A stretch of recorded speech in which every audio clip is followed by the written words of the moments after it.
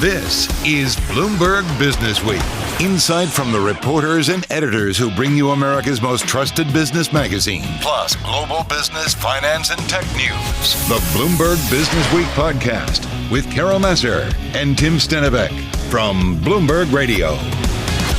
Hi, everyone. Happy New Year and welcome to the Bloomberg Businessweek Weekend Podcast. As we head into 2024, we'll look at what's ahead in the world of business, tech, and society more broadly, while also reflecting on some of the biggest stories of the year that was. We begin with one of the major themes of 2023, the rapid emergence of artificial intelligence. The job networking platform LinkedIn estimates that the skills needed for jobs are expected to change by at least 65% by 2030, as AI accelerates workplace change. Bloomberg News Deputy Team Leader for U.S. Equities, Jess Menton, and I recently caught up with LinkedIn Chief Operating Officer Dan Shapiro, who joined us to discuss his predictions and big ideas for the job market going forward. And you'll recall that LinkedIn is a business unit of Microsoft, which gives Dan and his team keen insight into the application that has taken tens of millions of us by storm. Well, artificial intelligence has been transforming the workplace. We know that, Jess. It's also been transforming the stock market. I mean, look at what NVIDIA has done so far this year. Plus, we got the likes of Microsoft and Alphabet higher as a result of people being bullish when it comes to AI. By the way, LinkedIn is estimating that the skills needed for jobs are expected to change by at least 65% by the year 2030. This as AI accelerates workplace change. Wow. Yeah, joining us is LinkedIn Chief Operating Officer Dan Shapiro, who joins us on Zoom from Mountain View, California. We like checking in with Dan every few months, particularly at the end of a year, because LinkedIn is out with some predictions about what 2024 is going to look like. Dan, good to have you back. How are you? Good. It's great to be here. Yeah, it's really good to have you with us. Hey, before we get to predictions, can you give us where we are in terms of jobs in the economy? Because the bond market and the equity market are certainly telling us one thing, and that's a soft landing is coming. What is the data at LinkedIn, which you have a plethora of? Tell us. Well, the labor market remains pretty tight, at least within the professional ranks on a global basis. And obviously that varies quite a bit by sector and by industry. You've seen a number of tech companies, particularly private tech companies, pull back. But then if you go into sectors like healthcare or services, those businesses continue to grow. So it's been a pretty big mix. But I think perhaps one of the most interesting trends has been that people moving jobs and switching between companies has come down by quite a bit. So many companies are experiencing attrition at a historical low. Now, the interesting thing about attrition is that it's like water behind a dam. It always tends to pay off at some point. So I think it's pretty likely that sometime in the next 12 months, you'll see attrition or just movement of professionals between companies to start to come back up, and more people will open up and look at new job opportunities. That's really interesting. It's coming on the back of what we saw in that latest JOLTS report that fell below 9 million. It had been pretty elevated, still is so. That's pretty interesting given that backdrop there. What do you think are some of the biggest concerns among job switchers at this point? Because we talked so much about when it comes to, even though inflation coming down though, but that wage growth still strong. So obviously you would think that's helpful for people who want to switch jobs. So what does the wage picture tell us? Well, I think when the future is uncertain, you hold on to your chair. You want to, make sure you have stability in your life when it feels like the world around you is a little more chaotic. And so I don't think it's surprising that as the economic backdrop has been a little bit less certain, a little more opaque, that people have tried to really stay true to the job that they already have. But as people get more confident in the future, as the economy starts to pick back up, as the soft landing perhaps comes into clearer view, I think people will open up again. Hey, let's talk a little bit about wage pressure, because when you say that the market is tight, at least for the professional ranks, it makes me think about wage pressure. And again, going back to the macroeconomic conditions out there and what exactly the Fed chair is trying to do with telegraphing rate cuts in the next year. Do you see kind of what the Fed sees and what the data tell us at LinkedIn, that even though professional ranks, it's still very competitive? Are we still seeing the wage pressures? Like, are potential employees still in the driver's seat, Dan?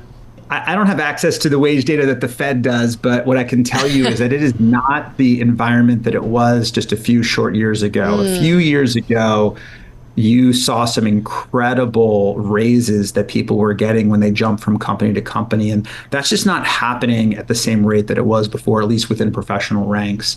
Now, I'm sure that there are certain disciplines where that might be happening. And if we get into AI in a second, you're definitely seeing that within AI technologies, where there are people that are deeply skilled in large language models and prompt engineering and data infrastructure. And there's going to be an insatiable appetite for that kind of talent all over the labor market. But more broadly, I think it's a different environment than it was just a few years ago. So we're beginning to see even more so some of those lagged effects from those Fed hikes, Dan, even though we're waiting on potentially more next year. Yeah, it'll be interesting to see where it all nets out. I was following the news just like everyone to see what the recent releases are, and it'll be interesting to see as there's more predictability about what the Fed's doing and perhaps a rate decrease if that changes hiring plans. So Dan, let's get to AI and talk about some of the effects that AI is having on jobs. I mean, you're a great guy to talk to, but we should note that I did mention Microsoft. Microsoft is, of course, the parent company of LinkedIn, and Microsoft is certainly going all in on AI. At LinkedIn, are you guys getting to use an AI tools that Microsoft is developing? Kind of explain the relationship that you have with the parent company.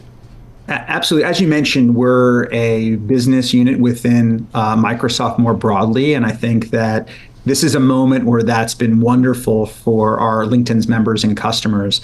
You know, before the world saw ChatGPT in November of 2022, we got to see some of the new large language models that were coming out of the OpenAI relationship, and it absolutely struck us just like it struck the whole world at large. And as a result of that, we've had an opportunity to embed many of those capabilities into a whole variety of products, helping job seekers find jobs, helping recruiters engage with candidates, helping salespeople prepare for meetings by doing research on companies, helping marketers build campaigns. I mean, what's sort of remarkable about this technology is how ubiquitously applicable it is, and also how easily it can be integrated into existing tools that people are already using in their daily lives. So it's absolutely permeated our product portfolio.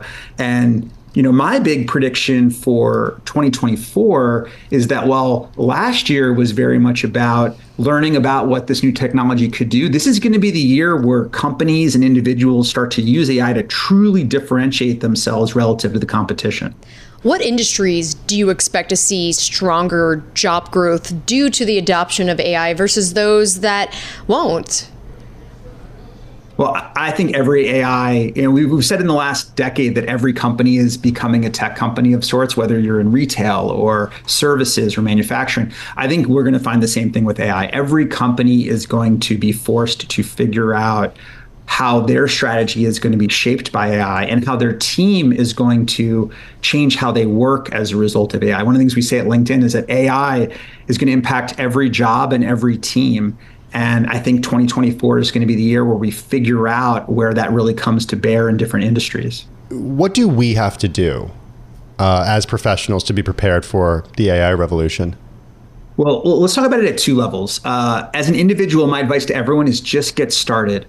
Download some of the apps, play with the technology, maybe use it for personal use, use it for some professional use. Find one thing that you find useful, because my experience is that some people, they can feel paralyzed. It feels like this new thing. They're not sure how to make use of it. And it feels like it can change in so many ways. But if you can find one habit to deploy on a daily basis, then you can start to learn how this technology can make a difference for you. And then you can figure out how to embed it in a broader range of things in your life.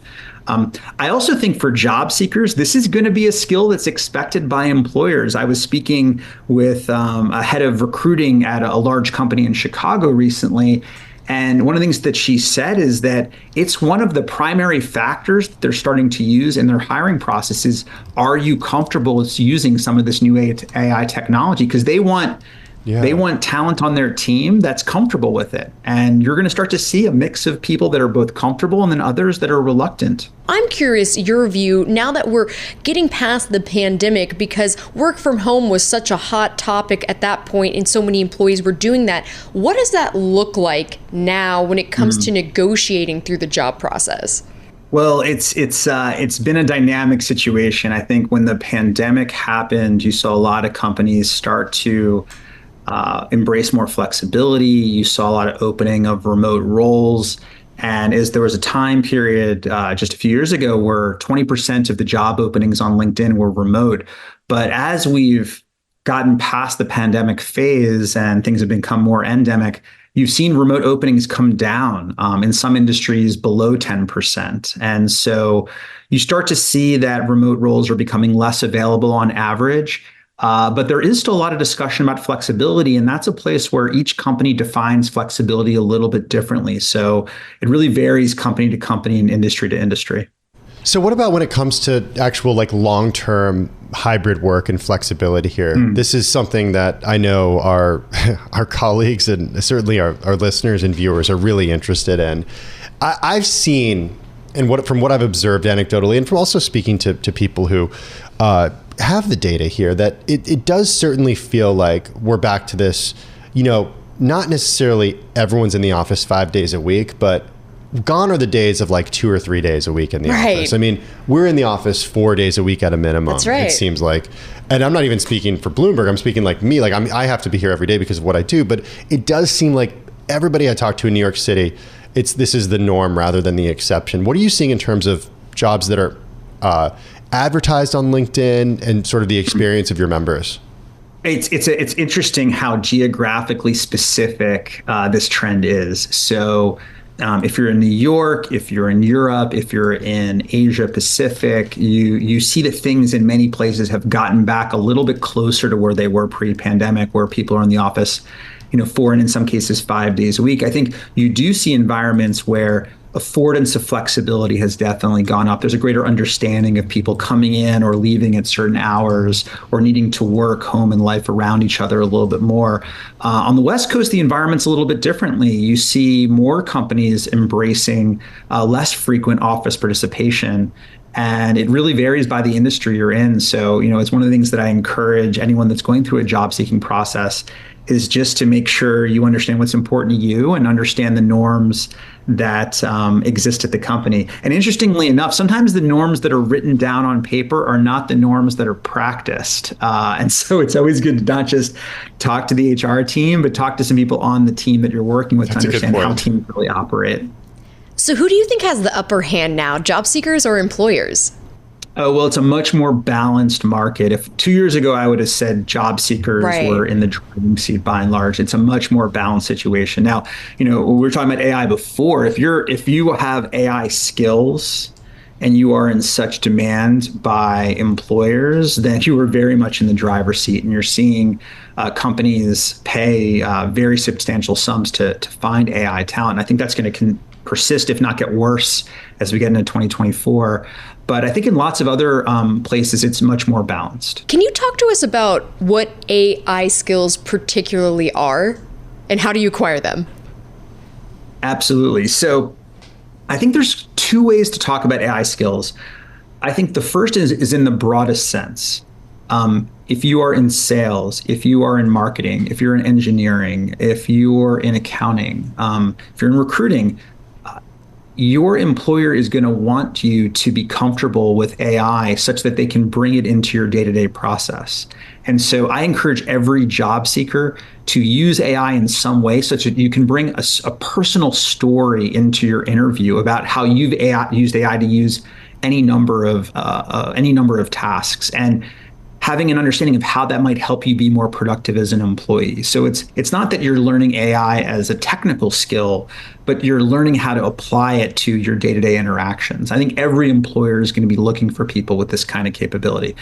And then beyond that, you get into much more technical realms, and you're talking about, do you have understanding of machine learning? Do you have an understanding of large language models, particular kinds of neural networks? And you're seeing an influx of people from technical backgrounds learning these kinds of AI specific technical skills to have access to some of these incredible opportunities that are now starting to emerge. Hey, Dan, I want to shift gears and just end sort of about LinkedIn's business, because as COO, you have a seat, right, a front row seat there.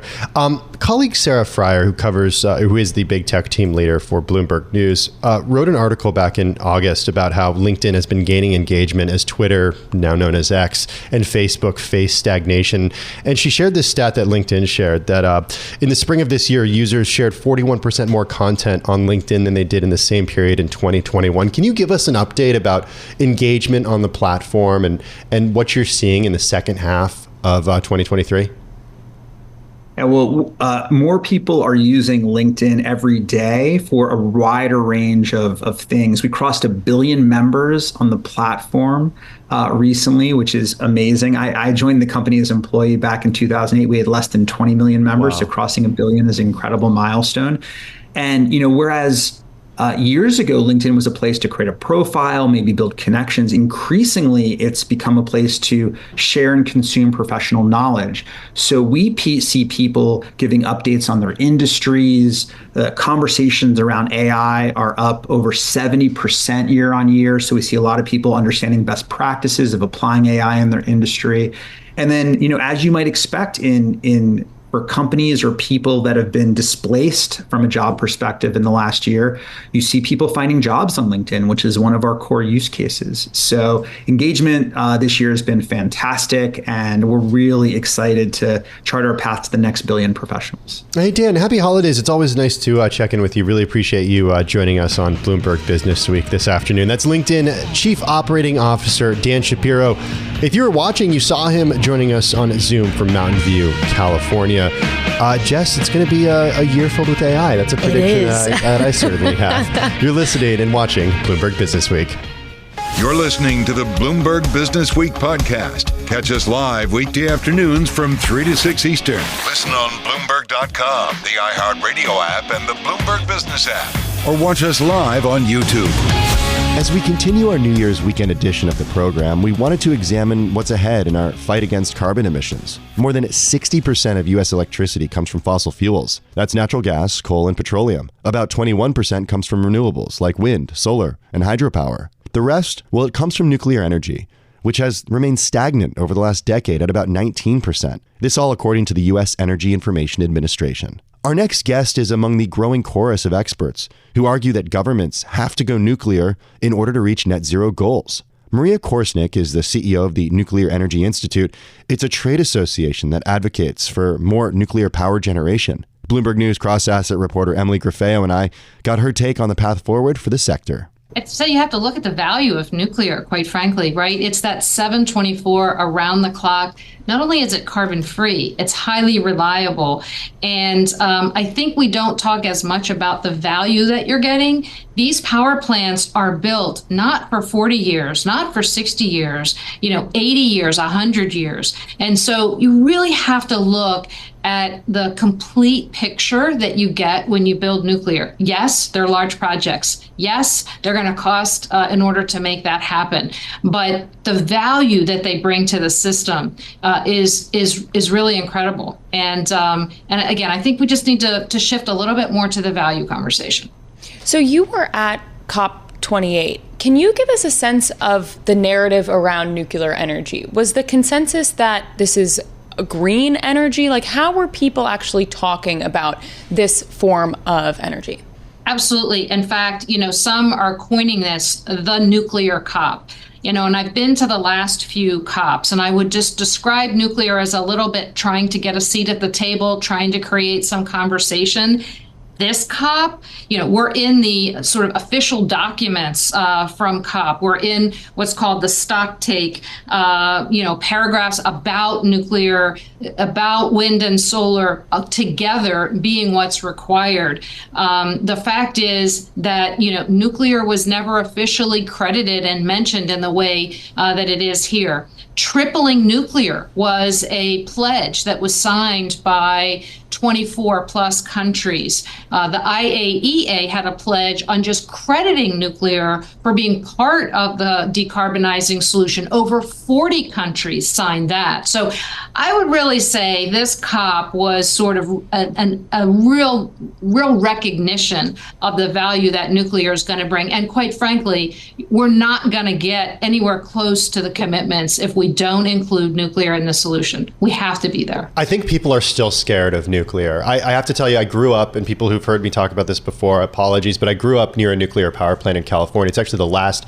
online nuclear power plant right now, Diablo Canyon in San Luis Obispo County. We would have siren drills once a year. I think it was the first weekend in September at noon when, the sirens would go off to warn people like, okay, this is what would happen if there were some sort of nuclear meltdown. People had iodine pills at their disposal. Is that, and they grew up, thinking about Chernobyl, 3 Mile Island. What's the safety around this stuff for people who say, wait a second, I'm a little scared of nuclear? Yeah, honestly, it's incredibly safe. And, I'll say, grew up around nuclear. I've operated plants. I've been a nuclear plant operator. I've been a site vice president in charge of one plant. I've been a chief nuclear officer in charge of 5 reactors at 3 locations. And I just say I know nuclear from the inside, and I would live next to a nuclear plant any day.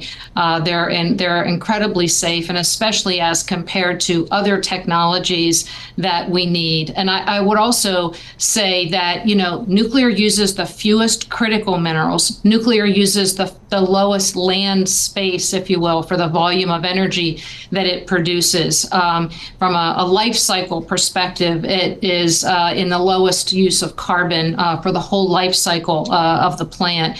It's clean energy, and in terms of carbon-free and in terms of other emissions and jobs. You get a lot of jobs with nuclear. Yeah. They're little economic engines for the local community.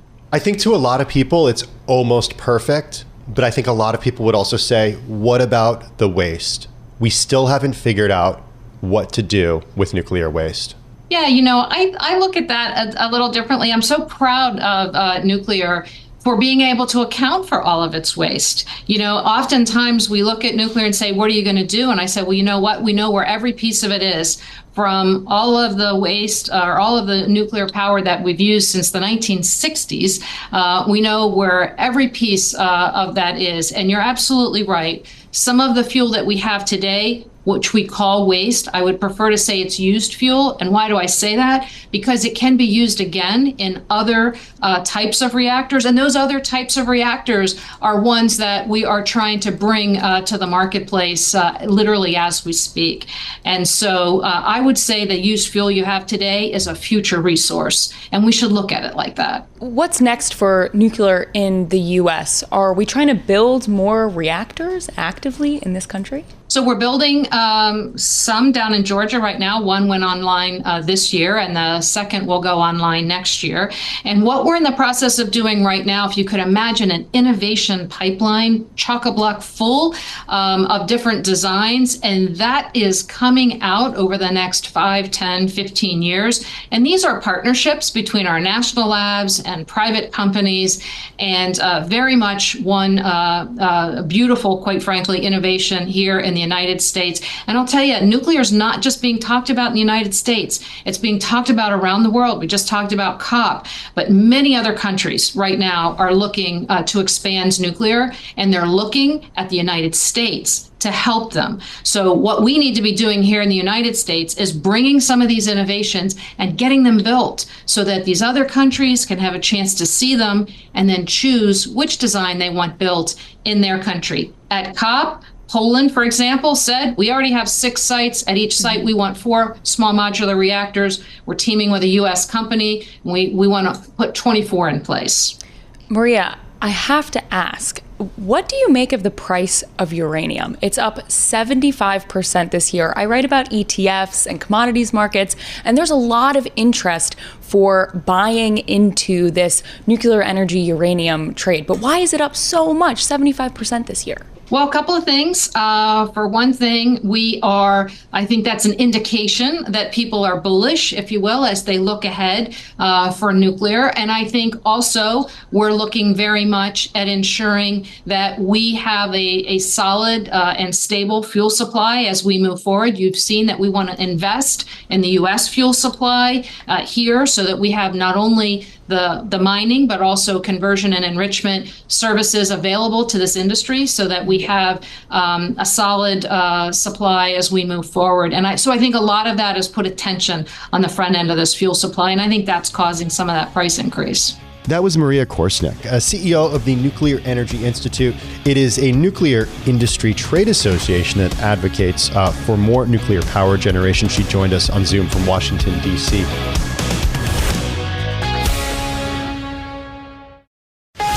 You're listening to the Bloomberg Businessweek podcast. Catch us live weekday afternoons from 3 to 6 Eastern on Bloomberg Radio, the Bloomberg Business App, and YouTube. You can also listen live on Amazon Alexa from our flagship New York station. Just say, Alexa, play Bloomberg 1130.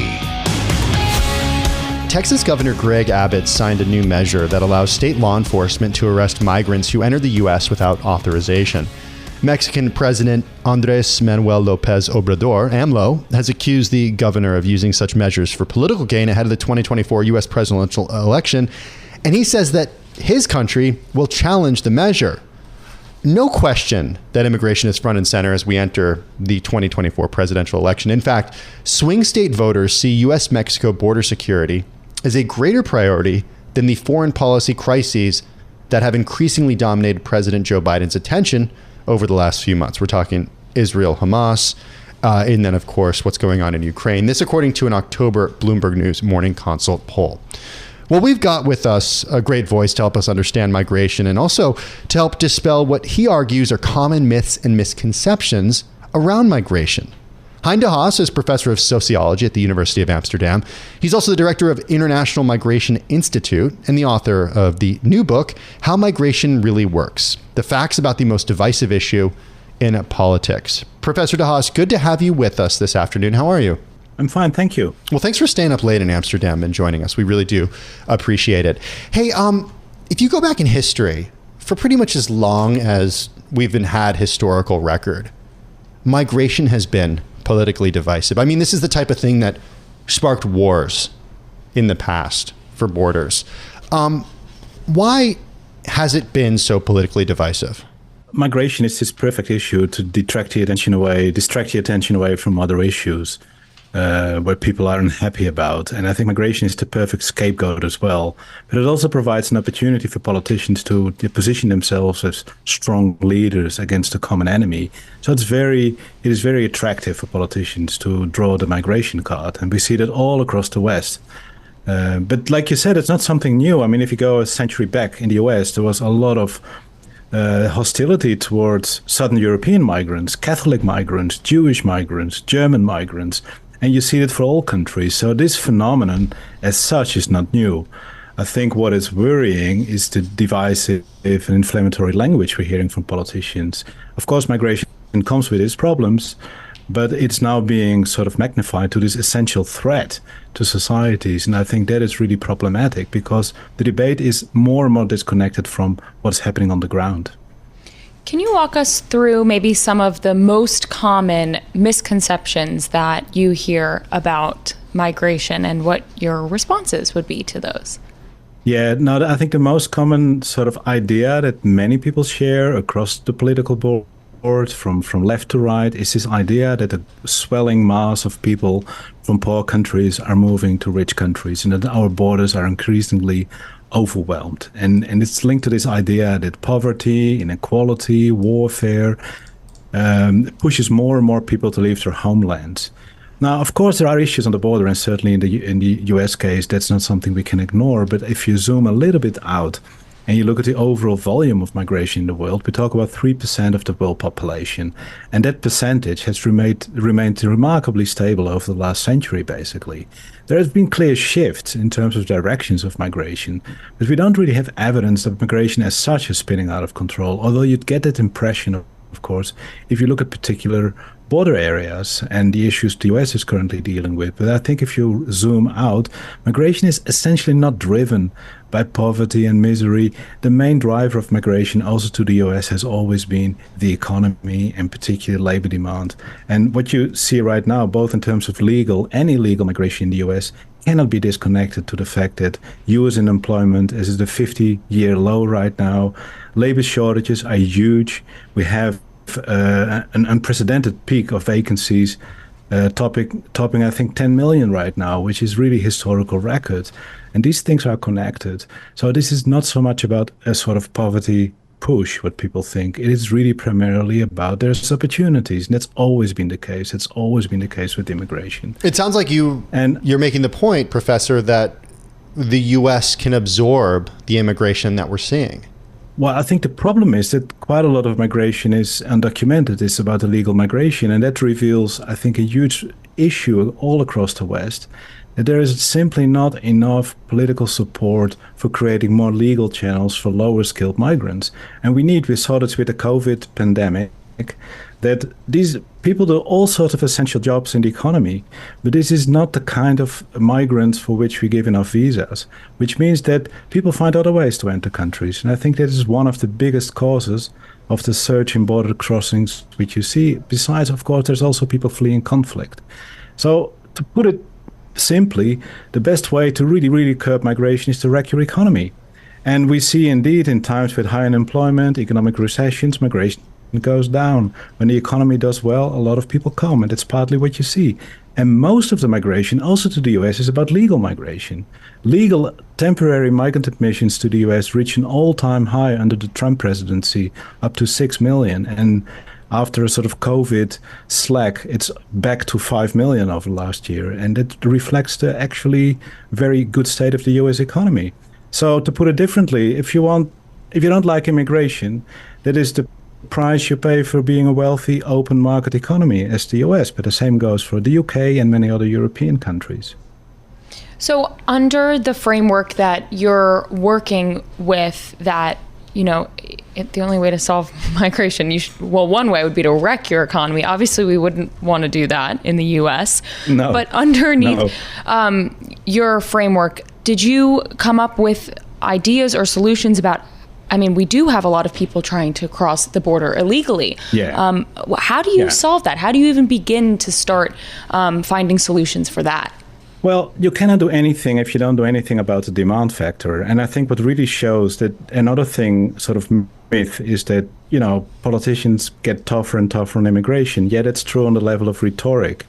But if you look at practices, we haven't found in a huge research project any difference between left-leaning and right-leaning politicians in terms of the policies they implement. For instance, particularly on the Republican side, you hear a lot of tough talk on immigration. At the same time, labor enforcement is symbolically low.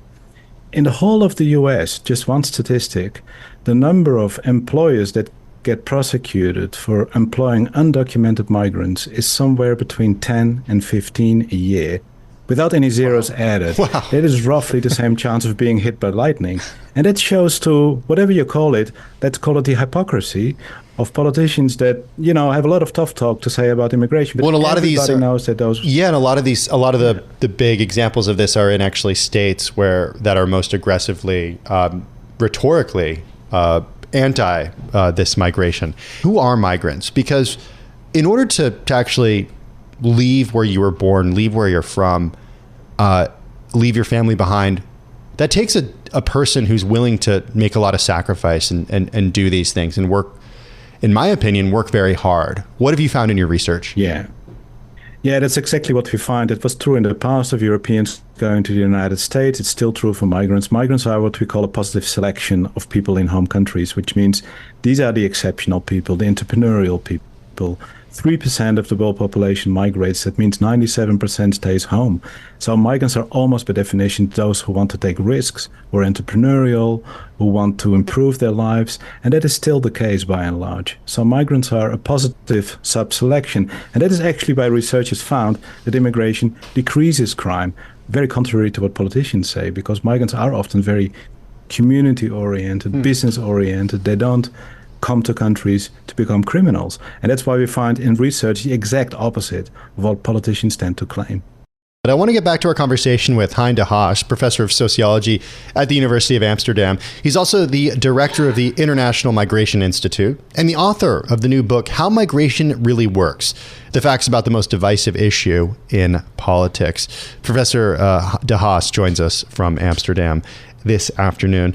So, Professor, one thing that I wanted to discuss was public opinion and what you found in different parts of the world where you've studied this, and how Democrats, how Republicans in the U.S. think about immigration as a political issue, because your findings, I think, would surprise a lot of people. Yeah, what is interesting, it is indeed true, as most people would expect, that more Republicans think negatively about migration compared to Democrat-leaning voters who tend to be slightly more positive. But if we look at trends through time, it really becomes interesting. In the US, clearly the share of people who look positively at migration on both sides of the political divide between Democrats and Republicans is actually growing. So there is no sort of public backlash against immigration, which what you would think if you listen to politicians. And we find the same in Europe. And we can explain that because as people get used to the presence of migrants, fears often diminish. And people start to think more positively about immigration. So there is no big public backlash against immigration. What you see is that the rhetorics have grown increasingly tough by politicians. It is more on the level of political rhetorics that you see this huge polarization between a sort of pro and anti-migration. But is that rhetoric working? Does it lead to people changing their minds? Does it lead to public opinion shifting? And does it lead to candidates being elected? Well, in the broad sense, not. But there is, of course, a share of voters that is worried about immigration, that sees immigration as a big threat, and that vote is being mobilized. And that is still a significant share. But the interesting thing is that the share of people thinking more positively about migration is actually increasing. It may, of course, be that people on the fringes may be emboldened by divisive, inflammatory language. And that is, of course, a problem. It could spark violence and discrimination and racism.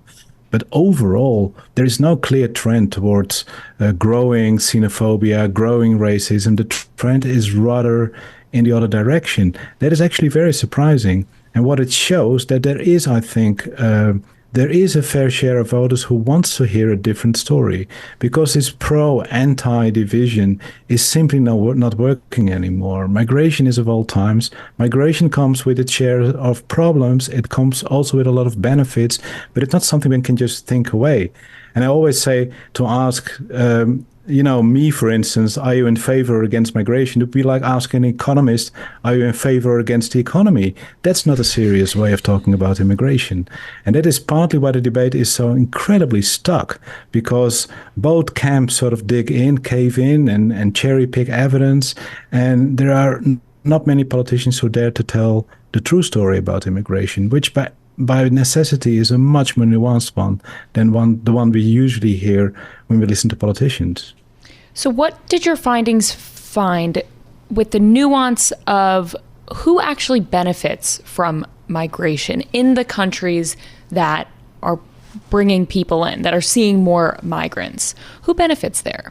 Well, migrants make the whole economy bigger, basically. So the whole economic pie is simply growing. And if we look at average effects on wages, for instance, we find very, very small effects. And there you can discuss about methods and data, but the effect is so small that it is pretty insignificant. When you look at higher and lower incomes, you see a clear difference. It is particularly the already affluent that benefit most economically from immigration, because these are, of course, the people using services migrants provide, often owning businesses that help them to boost their profits. But the lowest income earners, amongst whom also many former migrants, so people living on minimum wage, for instance, don't benefit much from immigration. And in some cases, they may lose out a little bit. It doesn't mean that immigration is the cause for the long wage stagnation we have seen for lower incomes in the United States. But it is in a way logical that people who earn really low wages have the feeling, what's in it for me?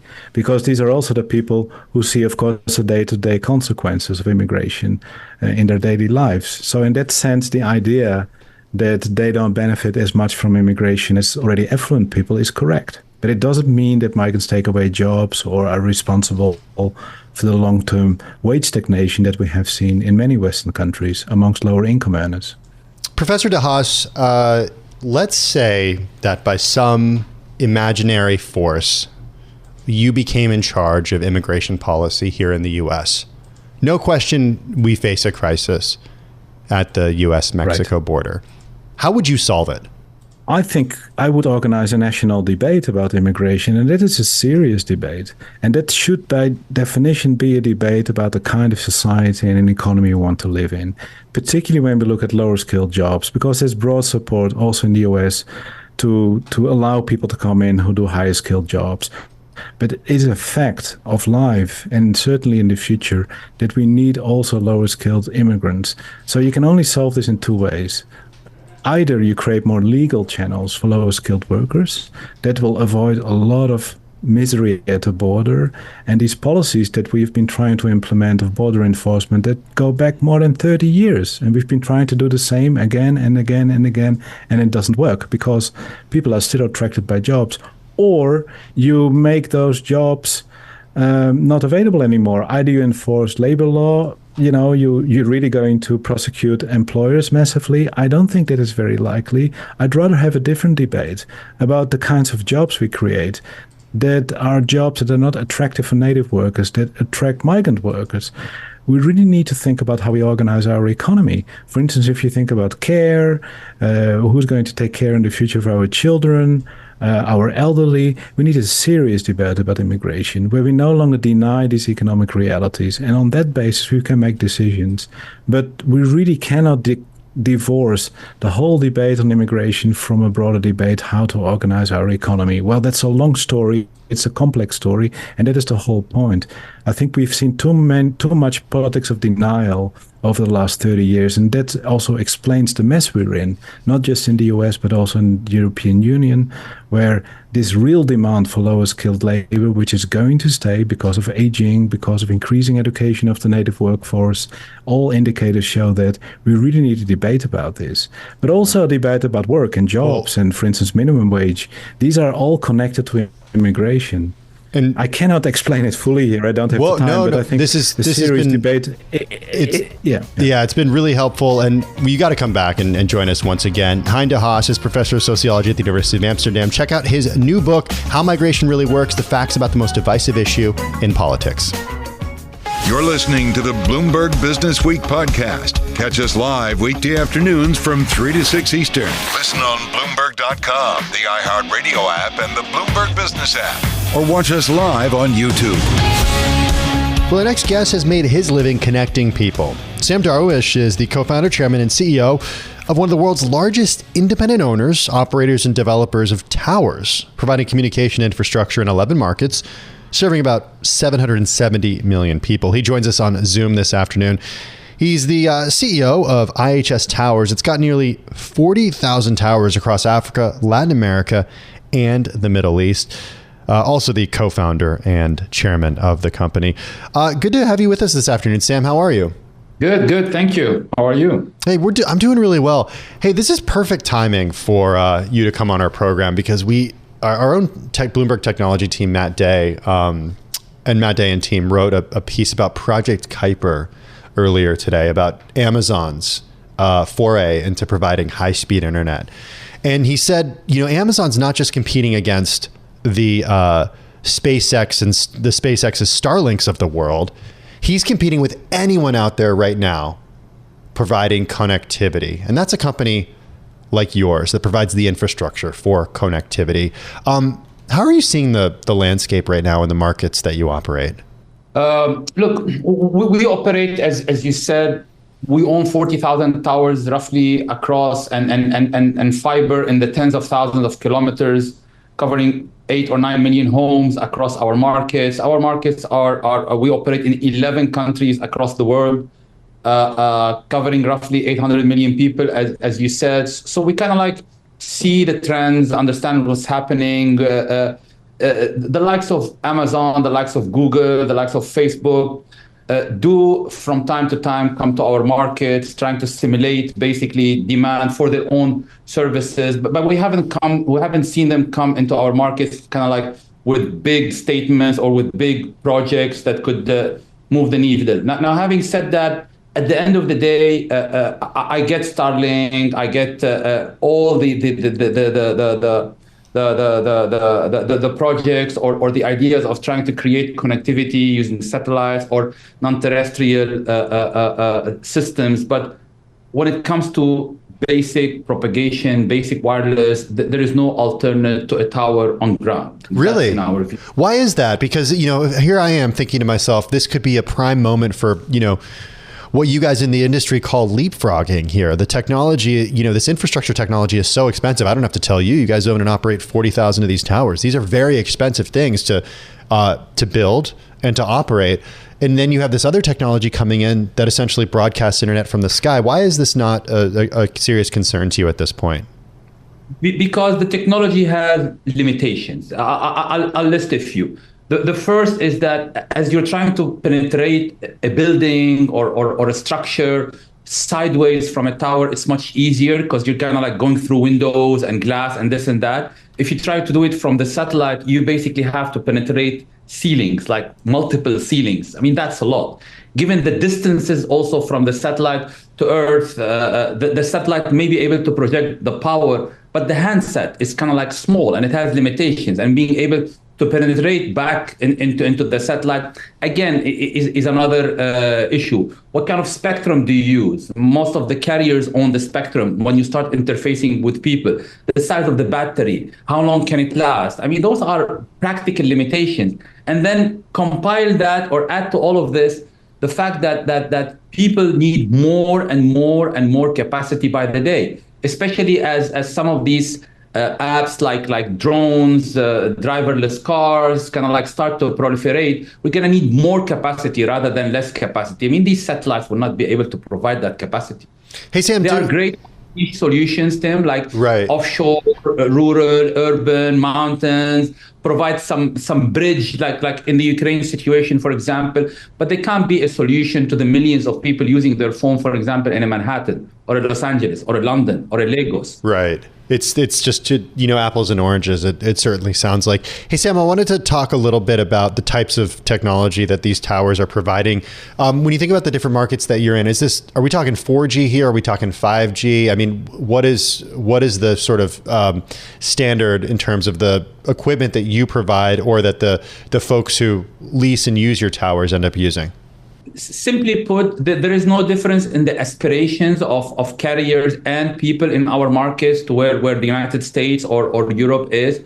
Everyone wants the fastest, cheapest pipe. Everyone wants 5G. Everyone wants fiber to the home. Now, having said that, we are definitely behind. Our markets are largely in the 4G cycle at the moment. Most of the 4G deployments have happened on our towers. They're selling it now to customers to upgrade from some markets 2G, 3G into 4G. Many of our markets like Nigeria, South Africa, Brazil have also seen 5G spectrum licensing recently. So we're beginning to see commercial trials or commercial pilots into 5G, but 5G is still not the standard. So it's largely 4G. You guys offer 6 different solutions, including new sites, in-building solutions, fiber connectivity, small cell infrastructure in urban areas. Where are you most bullish for your company? For us, we think about it from a deployment point of view. What does the wireless network that carries a 4G or a 5G or eventually a 6G, what does it require? Initially, it used to require these macro towers, the big towers, and that's what most of us and some of our peers, American Tower, Crown, SBA, focused on. But as rollout starts to change, especially with 5G, more small cells will be needed. The DAS becomes very important. Fiber is critical as small cells start to get closer to each other. So the fiber connection to those locations become important. Also, we're seeing now compute and cache becoming very important. At the end of the day, those towers are the closest real estate possible to the eyeballs using a cell phone. So an element of computing could happen, potentially some data center or edge data center on these locations. So what I'm trying to tell you here, there is no one size fit all kind of like solution. You have to be ahead. You have to look at the technology of the time in that country and what kind of rollout does it require. It always will require macro towers in our view, because that's kind of like the basic, the umbrella kind of coverage. But all these other types, like small cells, like the in-building, like the fiber, will be required in different types and different instances. Well, Sam, I could talk about this stuff all afternoon. I used to cover telecom, so I just love talking about connectivity and how people are getting connected around the world. Really appreciate you taking the time and joining us on Bloomberg Business Week this afternoon. Sam Darwish, co-founder, chairman, and CEO of IHS Towers, joining us on Zoom this afternoon. This is Bloomberg Business Week. You're listening to the Bloomberg Business Week podcast. Catch us live weekday afternoons from 3 to 6 Eastern on Bloomberg Radio, the Bloomberg Business App, and YouTube. You can also listen live on Amazon Alexa from our flagship New York station. Just say, Alexa, play Bloomberg 1130. Plenty ahead in our second hour of this New Year's weekend edition of Bloomberg Business Week, including a look at the weight loss drug phenomenon sweeping the U.S. and what it means for businesses outside of big pharma. Plus, key takeaways from Sam Altman's abrupt ouster and subsequent reinstatement at OpenAI, and the very best in luxury and culture from our friends at Bloomberg Pursuits. First up this hour, a look back at one of the most storied careers in the history of investing. Charles Munger, the alter ego, sidekick, and foil to Warren Buffett for almost 60 years at Berkshire Hathaway, died a little over a month ago at the age of 99. On the day of his passing, Carol and I spoke with Bloomberg News reporter Noah Buhire, who covered Munger, and Bill Smead, the founder and CIO of Smead Capital Management and a longtime Berkshire investor. I wrote a letter to Buffett probably 5 years ago, just thanking him for how incredibly generous that him and Munger have been with all of us. I mean, it literally changed our lives. What do you mean by that? Yeah. Oh, by communicating the discipline that they practiced. They shared why they were doing what they're doing all these years in the writing, in the annual meetings, sitting there and taking questions for 6 hours, all the way up into their 90s. It's like a gold mine of wisdom. But here was this incredible resource. Yeah. Right. Charlie Munger was the Solomon of our era. He was the wisest man in the investment business. He was a Caltech grad, Harvard Law educated, started a law firm in Los Angeles, had a successful career in real estate, a successful career in making common stock choices, and the right-hand guy to the most successful investment selector and asset allocator of all time. I mean, he is.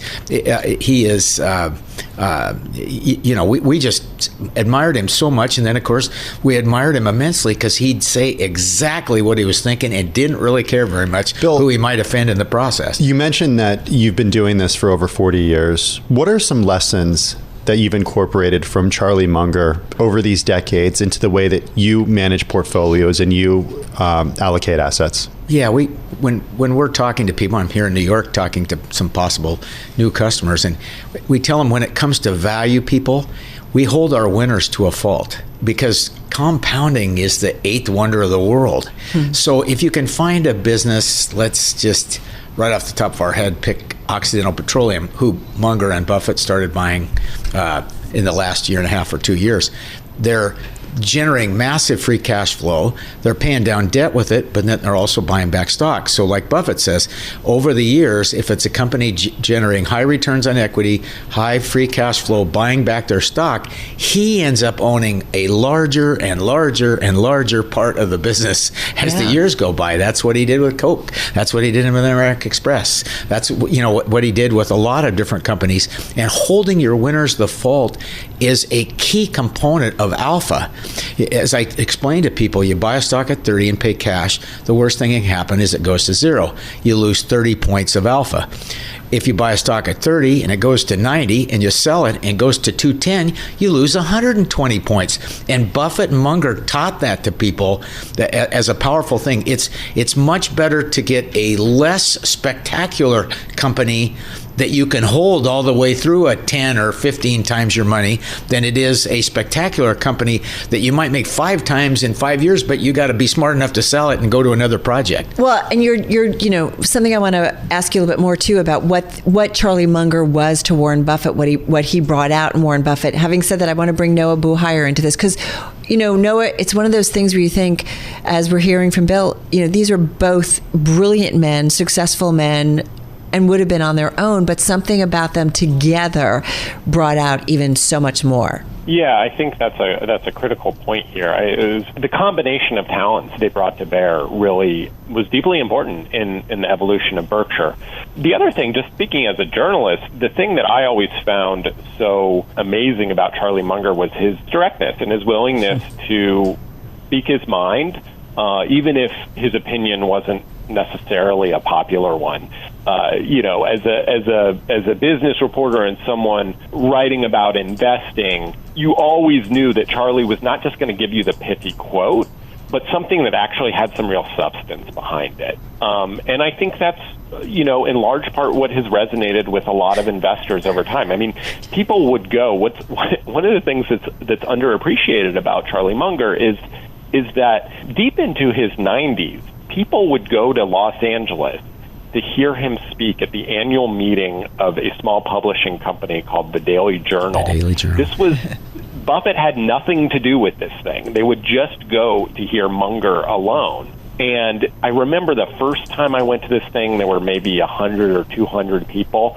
And, 3 or 4 years later, word had gotten out and a couple thousand were going. I mean, you have to understand, Charlie Munger was respected in his own right. It wasn't, he's often known for his affiliation with Buffett, but he really did have his own loyal following. To back up Noah on that, one of our favorite things is when it comes to climate change, he just said, why don't we just build a seawall? Right? That was his opinion. It's like, okay, if it's real, let's do what they did in Amsterdam and just build a seawall in California and New York. And that's so simple and logical and less expensive, but that's Charlie Munger. It was always common sense, always won. The difference between the two men is Warren wants to die without any enemies. He has more of an urge to be liked. He's a wonderful man, and he wants to be liked, whereas Charlie could care less if he's liked. Right? He wants to share wisdom, share truth. What was it like from the different meetings you went to and just kind of seeing them up on stage, things that kind of stood out for you? Well, there's hardly any better comedy routine that's ever been done. Yeah. The back and forth. Of course, Munger had lots of the singers, but Buffett had plenty himself. And they played off fantastically. It was... I had a next-door neighbor that was 4 years ahead of me in school, and I had no brothers, 3 sisters, and he was one of 4 brothers. And he and I are extremely close friends, but he's 4 years older than me, in the same way that Munger was 6 or 7 years older than 6 years older than Warren. Right. But yet we met and we were finishing each other's sentences. And that's the way these guys were. They were finishing each other's sentences. They'd say the first part of the sentence, and they didn't have to continue because the other guy already knew what the rest of the sentence was going to be. It's just that kind of relationship. Yeah. Noah Buhire, I'm so glad you're with us because we've been reading from your obituary. Mm-hmm. To Bill's point about this idea of common sense and not always needing to be liked. You mentioned this some of his donations, and this one's at the top of mind for me because it's relatively recent. 4,500 person dorm on UCSB's campus, which actually got a lot of people interested in dormitory architecture who didn't think that they would actually be interested in dormitory architecture. But here Munger is trying to solve this problem of student housing, and he got a lot of blowback to this idea, and ultimately they canceled it. What happened? Look, in his later years, Munger used these donations that he gave to universities to play architect. I mean, he was deeply, deeply interested in architecture, and he had some pretty unconventional ideas that I think really bothered people, and it became its own subplot in its own right. But you have to understand, for Munger, he was incredibly widely read person. He wasn't as narrowly interested in investing and how to make money. Obviously, he spent a lot of time doing that, but he had an interest outside of it. The other thing I wanted to add, and this takes us in a slightly different direction, but for all that Munger would sit up on stage and sort of act as the scold and the curmudgeon next to Buffett, he did have a generous heart, and when you talk to people who spent time with Charlie, he was a deeply nice and caring person, and on some level, this sort of curmudgeon stance he would take on stage and in public sometimes was a bit of an act, but it helped him make his points. A truly wonderful conversation with Bloomberg's Noah Buhire and Smead Capital CIO Bill Smead. More on our podcast feed on the legacy of Charlie Munger. We should note that shortly after Munger's death, we also lost a pair of luminaries in the fields of geopolitics and law, respectively. Former Secretary of State Henry Kissinger died at the age of 100, and Sandra Day O'Connor, the first woman to serve as U.S. Supreme Court Justice, died just days later at 93. You're listening to the Bloomberg Businessweek podcast. Catch us live weekday afternoons from 3 to 6 Eastern. Listen on Bloomberg.com, the iHeartRadio app, and the Bloomberg Business App. Or watch us live on YouTube.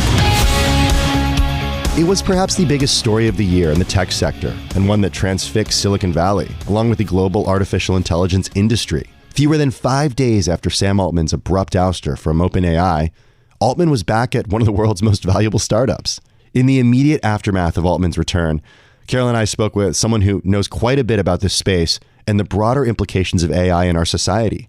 Andrew McAfee, principal research scientist at MIT. I think this is just a crystal clear case study of the importance of good old-fashioned, boring corporate governance and running a good board. This feels like a huge unforced error on the part of the OpenAI board, and I still don't quite understand it. What is ultimately the important thing that we get out of this, or how it ends in your view? I don't think we're ever going to know all the details, but we do know that if you have an extraordinarily popular, very effective CEO at growing a tech company, the board might not want to fire that person with no notice, really, without apparently engaging in a lot of back and forth with him, not for any fraud or misconduct or malfeasance, but because of some other kind of vague problem.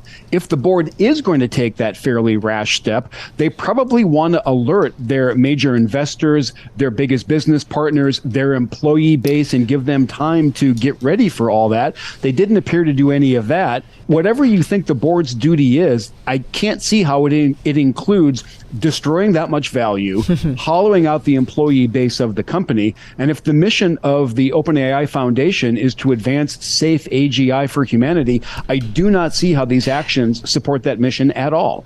Tim was really smart in terms of our discussions that we've been having around this about what seems to be maybe at odds, and that is this debate about a need for balance of pushing generative AI, this technology, expanding, exploring it to reach its potential, but with also having an ethical line because of the potential of it to do wrong. Although I would go back to, the Cold War and missiles and the battle to have the greatest and best in terms of military and how that could bring the end to civilization. So I'm trying to kind of figure out what is at risk if we get this wrong. Help me here. Yeah, whatever is at risk, if your organization's mission is safe AI, and you believe apparently that a for-profit company is not the right way to accomplish that mission, then doing things that let your CEO, and again, almost all of the employees, wind up at an AI building for-profit company, that is not accomplishing the goals of your mission.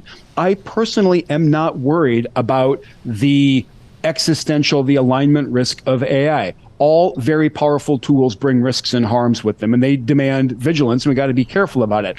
I don't think AI is any big exception to that trend or requires us to do radically different things. We just have to be vigilant, stop the bad uses. That is really, really surprising for me to hear from you, Andrew, because I hear from the worst case scenario when it comes to this stuff is, okay, what if AI develops some sort of super bug or biological weapon, or in fact, in the Elon Musk school, becomes sentient and more powerful than human beings? Why does that not worry you? I mean, I read a lot of science fiction as a kid, too. I think Terminator sci-fi scenarios are not great guides to policy, are not great guides to using this very powerful, very beneficial toolkit. I do think that there's a risk that AI, for example, could be used to engineer bad bugs or bioweapons. Great. Why are we focusing on AI and not gene editing and not gene sequencing technologies? And why are we letting anybody apply to molecular biology and genetics doctoral programs and distributing that knowledge very freely?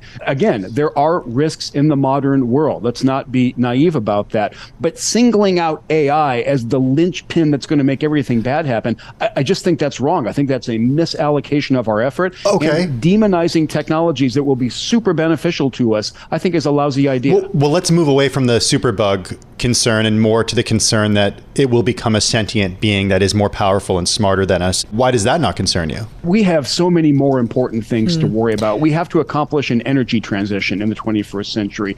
We have too high a disease burden. There are too many people in dire poverty around the world. I believe that AI might be the most powerful tool that we've ever come up with to help us solve these global planetary challenges facing humanity. And we're sitting around worried about the Terminator when there's not a shred of evidence that AI has become sentient or taken control of anything that we don't want it to. Bad sci-fi makes bad policy. Andrew, full transparency, you're working with Google on research related to the societal impacts of generative AI. I am curious, though, what is the balance you all at Google are pursuing when it comes to generative AI reaching its potential, but also being smart about it and careful with it? Yeah, thanks for that, because I really want to make clear, here I am just talking about my own personal views. I am not representing Google's views on this. I actually am not on top of everything that Google believes. What I do know, that Google's stance is that we need to be bold and responsible.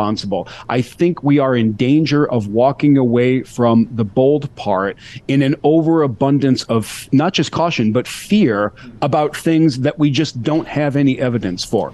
I want to say this again. This is my view, not necessarily Google's view. The thing that most concerns me about generative AI is misinformation and the ability for bad actors to use that misinformation at scale to control outcomes. Like happens in social media? Exactly. Not that different than a lot of accusations that we saw fly in the wake of 2016 and 2020 elections here in the US. But if you thought a bot army of people, in Eastern Europe with social media were scary, then what about an actual bot army of generative AI that's able to, do this stuff at scale, Andrew? Now, that's a harm that we should be worrying about, because these are actual challenges. And like you say, bad actors are going to weaponize generative AI to do all kinds of harm or try to do all kinds of harm. This is a real risk. It's a real harm. I have faith in our ability to deal with the harms that technology brings us. I think we can find ways to have trusted sources that will verify whether a thing is a deep fake or not. All of us have the news sources that we run to when we see something that might be true or might not be true. We can strengthen those kinds of institutions and those kinds of responses. We can also educate people to be more discerning consumers of the news. You talk about, you have faith to deal with the harms that this technology maybe will ultimately bring us. Should there, though, be some guardrails in place? Shame me once, shame, or fool me once, shame on you. Fool me twice, shame on, you know what I mean. That. You know what I mean. Okay, George W. Bush. Where's ChatGPT? We don't get fooled again, right? But I guess my point is, whether it's social media, whether it's crypto, there's a lot of things out there that's like, oh, I guess we should have been doing this. Yeah. Is there something we should have in place at this point when it comes to generative AI? I think what we should have in place is a very agile system for becoming aware of the harms and dealing with the harms as they crop up. For example, after smartphones were out for a while, we learned that a bunch of losers were using them to take pictures up the skirts of women, as they commuted to work on the subway. Right. We didn't outlaw the smartphone. We didn't make smartphone makers apply for a license to use a camera. We didn't make all of us apply for a license to have a camera-equipped smartphone. Around the states anyway, lots of legislatures acted really quickly to make that particular use of the phone illegal. Fast response to the harms that come up is my preferred approach for dealing with these. I don't trust me or you or anybody else to sit around right here and correctly anticipate all of the things that will happen and all of the effective ways to head that off. I just don't. That was our conversation with MIT principal research scientist Andrew McAfee back in late November. And on December 18th, Bloomberg reported that the OpenAI board can now choose to hold back the release of an AI model even if the CEO has deemed it safe.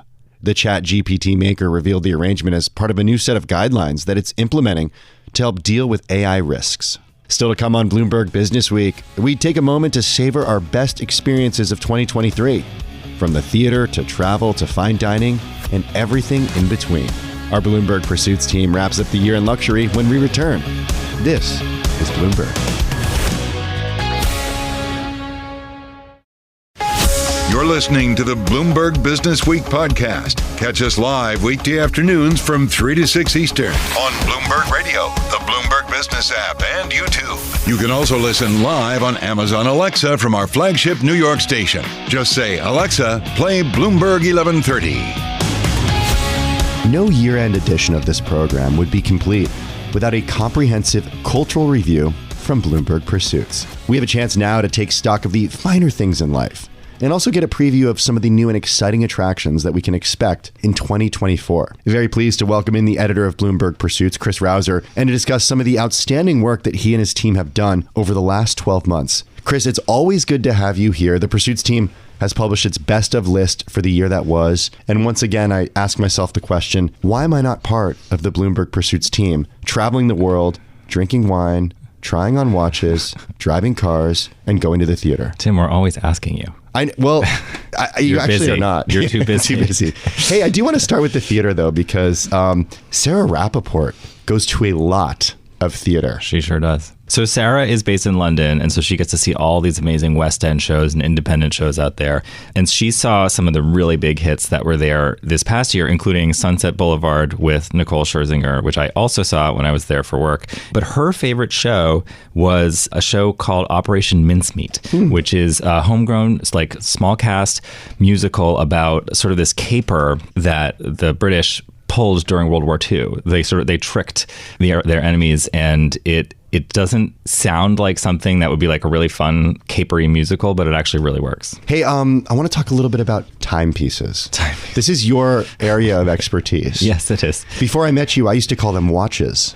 Well, you can only use the word watch so many times in one article, so you have to mix it up. That's also why you'll see the word horology. It's not a word I want to use. Okay, but it's one that you do use. You travel each year to an exhibition in Switzerland, don't you? Yeah, so there's a big trade show that happens in March or April in Geneva every year called Watches and Wonders, and is where most of the big brands globally, especially the Swiss brands, show off their new timepieces for the coming year. And I always go, and they do releases. They also do releases throughout the year at special events and dinners and fancy things. So I see most of the new watches that come out, things from $300 to things that are $1.8 million. For a watch, for a timepiece. For a timepiece, yeah. At that price point, it's definitely a timepiece. What is this MB&F horological machine 11 that looks nothing like a watch? Yeah.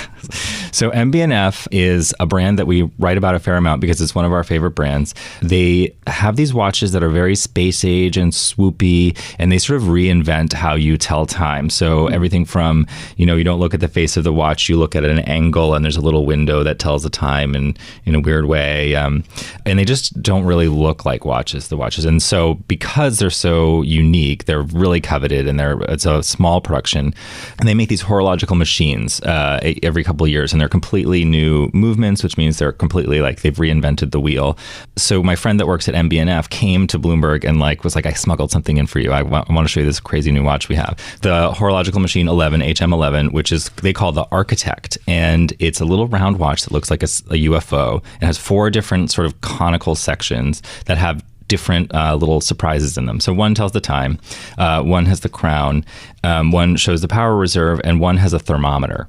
a mechanical thermometer. So it's a thermometer that tells the temperature based on a tension in a coil, which you have on your Apple Watch. But for a mechanical watch, that's pretty unusual. And I just love the way it looked. It's the only time I'll ever wear it because it's $230,000. But it definitely caused a sensation. There's sometimes I'll see a watch and be like, this is... But there's a problem with these, which is if somebody comes up and asks you what time it is, you have to like look through a little peephole and shake your wrist a little bit. No, not really. I mean, sometimes, yes. Okay. But this one, you can tell the time pretty easily. Okay.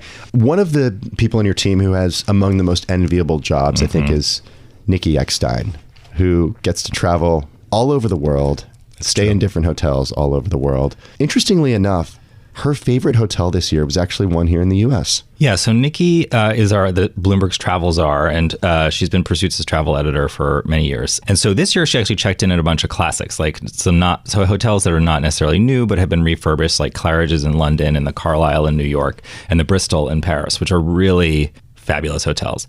But her favorite hotel was the Montage Palmetto Bluff, which is between Hilton Head and Savannah. And it's kind of like a little community, little cottages and suites. And she went there with her kids. And so she has 2 young kids. For a travel editor, that's like a whole different paradigm because you can't kind of go on these wild adventures. You have to really figure out how to do stuff. You have to check bags sometimes when you have kids. To check nightmare. It's a nightmare scenario. And she just found that the Montage was like really wonderful for kids, had great activities for adults like boating, the beach. Every night they had cooked giant s'mores. The staff was super nice. And she just felt like it was such a treat in a way that sometimes hotels forget about these days. If you were to think about the trends that we're going to see next year for hotels and for traveling, what's on your radar? What's on Nikki's radar? That's a great question. So travel's booming, and it's really, it's been coming back since the pandemic. People are switching their spend from buying things to buying experiences. We're seeing that continue. Some parts of the world are seeing travel soften, especially in the Middle East because of the war. What companies are trying to do, big hotel companies are trying to figure out a way to blend business travel and leisure travel because people are actually traveling less for business, but they are able to travel more because their business is more flexible. So you're finding hotels that are cropping up, basically like hotel communities near airports where people can go and kind of have a home base in a city where they can fly in and out easily, but it's almost like a residence area. Like they're doing this in Atlanta where you can, there's shared workspaces, there's amenities and stuff like that, so that this hotel can kind of be a home away from home. It doesn't feel so much like an anonymous place that you're just passing through, because people realize you can work from different places. Your life can be more nomadic, and you're seeing countries do that too. Like digital nomad programs are still going strong. So we can't talk about travel without talking about dining. And Kate Crater, who used to be based here in New York, is now based in London. Yep. And she gets to eat at different restaurants for a living. She does. That is her job title. It sounds better coming from you guys. What stuck out to her this year? So Kate lives in London and goes to all the amazing restaurants in London. And she is from New York. She's like the queen of New York food. So she has eaten everywhere that's good here. But this year she went to South Korea, and she went to Seoul, and she went to Busan. And she went to this place in Seoul called Born and Bred, where she had a 20-course meal that was just Hanwoo beef, which is a particular kind of beef that it's like Wagyu, but it's just in Korea. It's very difficult to get it outside of Korea. And this chef, Min Kyung-won, serves it 20 different ways. So it's like the best beef in the world, 20 different ways, like melting slices of chuck, like tartare, tons of different textures. And she said just watching them cook it, because they cook it in front of you, and then serving it to you was really incredible. Okay, I'm going to go eat there. That sounds good. Just go. Chris, we only have a minute left. Yeah. I want you to choose. Are we going to talk about art, wine, or cars? Let's talk about cars. Okay. Because a lot of the great art exhibits from this year were like once-in-a-lifetime things that are closing soon. So I want to recommend two of the cars that Hannah Elliott, our car columnist, tried out. They're very expensive, but as are things in Pursuits. But they're both electric versions of very exciting cars, very top-end cars, which will trickle down to influence the way that we drive the rest of our cars. So there's the electric G-Wagon, which is Mercedes like off-road, really expensive. People love it. She was the first journalist to try it. She drove off-road. She said it was incredible, the power. It was just as capable as the combustion engine version, actually more.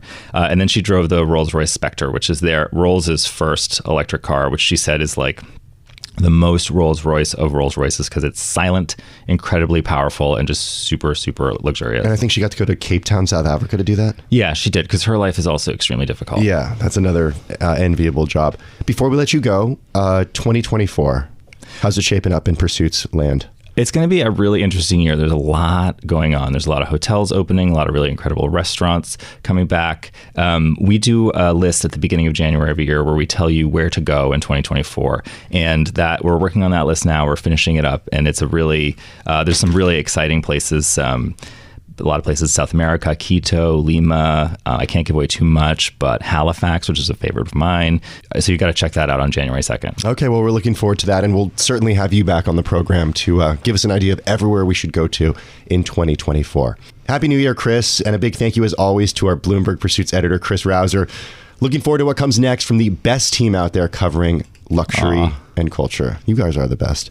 You're listening to the Bloomberg Business Week podcast. Catch us live weekday afternoons from 3 to 6 Eastern. Listen on Bloomberg.com, the iHeartRadio app, and the Bloomberg Business App. Or watch us live on YouTube. Well, unless you've been living under a rock, then you're familiar with the so-called weight loss drugs, Wegovy, Ozempic, Zepbound, and Mounjaro. The weight loss benefits have been well documented. But now, researchers are pushing this class of drugs that became famous for helping people lose weight and testing the shots across a spectrum of disorders, from Alzheimer's disease to sleep apnea. We've talked about this.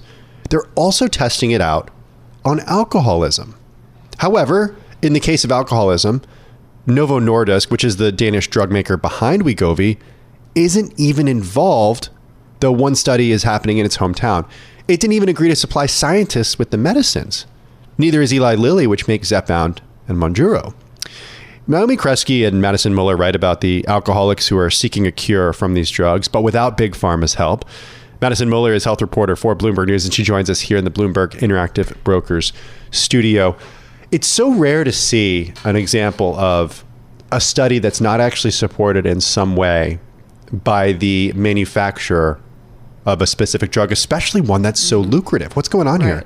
Exactly. I mean, you'd think that these companies want to study the drugs in as many indications as they can, because for them, that helps expand it to more patients, and, it's a clear business opportunity. But in this case, we're not seeing that. And, one of the reasons that the experts and the scientists that we talked to for this story gave for that is that utilization of alcohol disorder drugs in the U.S. is so low that the drug makers just don't see this as a good business opportunity.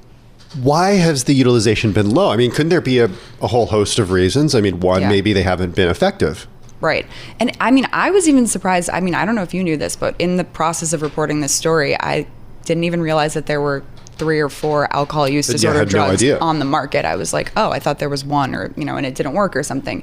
And these drugs do work. They're effective, but they're not, there's side effects, and not every doctor, even like some addiction doctors, are not really well educated in how to prescribe these drugs to patients, how to sort of oversee that process. There usually is a lengthy prior authorization, process to actually even write a prescription, which doctors are busy and they don't even have time for resources to do. And so there's a lot of barriers to get people on these drugs currently, and that's not even getting into the stigma of all of this, and the fact that people just sometimes don't believe that you should be using drugs to treat alcohol use disorder. So is that a part of this story too? Yeah, I mean, the stigma definitely is a huge thing, and that's something in the conversations with these scientists, every single one of them brought that up. And they were like, aside from the business case, the fact that these companies, maybe don't see potential here, the stigma is still such a big issue, and that's an issue that is there regardless of whether or not Novo Nordisk and Eli Lilly are supporting these studies. It's just a continuous problem for this field. Is it being used off-label for this right now? I've seen anecdotal tweets about this. I've seen anecdotal tweets that have said, not by people who have alcohol use disorder, but they say, basically, hey, I went on this and it stopped me from eating a lot. Mm-hmm. It stopped me from drinking a lot. Right. So... yeah. And that's the reason why some of these interestingly, some of these studies happened and started, or the researchers were at least in the process of getting these studies going long before sort of the hype around these weight loss drugs really took off this last year. I mean, they had been looking at, anecdotal reports from Ozempic, because Ozempic, remember, was approved several years ago. So they've sort of been hearing about this now for a few years from, psychologist friends, psychiatrists that have been talking about this sort of in their inner circles. And then there was also some preclinical studies done and some early studies done in patients. So some of these researchers have been looking at this for a while. The other ones heard about this just sort of within the last year from, anecdotally from people on Twitter being like, I had no desire to drink after going on Ozempic. And they were like, this is super exciting. We have to see what's going on here. And so they launched studies sort of as a result of that. So you and Naomi Kresge, who's in our, she's based in Berlin. In Berlin, right? Yeah. So she helps cover this from the European angle. Yeah. You both did some reporting actually in Denmark. Mm-hmm. Talk to us a little bit about what you found in terms of these, like who are doing these trials and people who you and Naomi spoke to. Yeah, so it was really fun to work with Naomi because she's obviously in Berlin. So she was able to go to Copenhagen and talk to the researchers and patients and nurses and everyone that's helping run this study. And we also had help from colleagues in the Copenhagen bureau who went out and talked to some of these people involved in these studies as well. And then on the US side of things, there's like 4 or 5 studies happening, at least 4 studies happening here as well. So I sort of went out and talked to all of the US researchers. And it's funny because they all met at a conference over the summer. It was, some addiction conference, and they all came together and were like, oh, wow, we're all studying this thing. They got dinner and they talked about it and sort of made sure that their studies were lining up, and they've all continued to communicate since. And it's cool to see their excitement because some of them have been studying addiction, alcoholism for decades. And they're like, this is one of the most exciting times in the history of this field right now because it's sort of difficult to find breakthroughs because there's just not a lot of pharmaceutical companies funding these types of studies. There's not a lot of like innovation happening in this field. Break down the science for us. Why do scientists and researchers believe that these GLP-1 agonists can actually help people who have alcohol use disorder? Yeah, it's super interesting because they don't really know exactly why it should work yet. And that's one of the amazing things about these drugs is like when we've talked about this on the show, like seeing all of these other health effects. And a lot of times the answer is we don't really know why some of them are happening. And in this case, we know that there's a connection in the, brain pathways that regulate reward systems. So when we eat food, the same feelings of pleasure that we get maybe from other things, from drinking, there's some interconnections in the brain that regulates those feelings of pleasure that we get from doing different activities. And so they think that the drugs are having an effect there, which we know that they do have an effect in the brain. I mean, they make you feel satisfied after eating food. And so there's some other neuroscientists that I've talked to who think that the drugs could affect a person's strongest craving.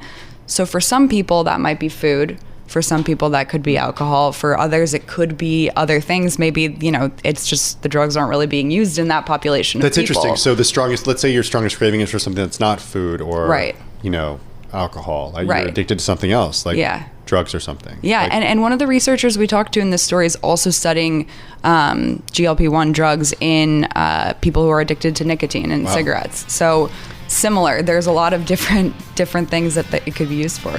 Well, it's an incredible story. We love all of your coverage when it comes to these Madison. Madison Muller is health reporter for Bloomberg News. Check out her story, Alcoholics Seek a Cure in Wegovy Without Big Pharma's Help. It's available on the Bloomberg Terminal and at Bloomberg.com. This is Bloomberg Businessweek.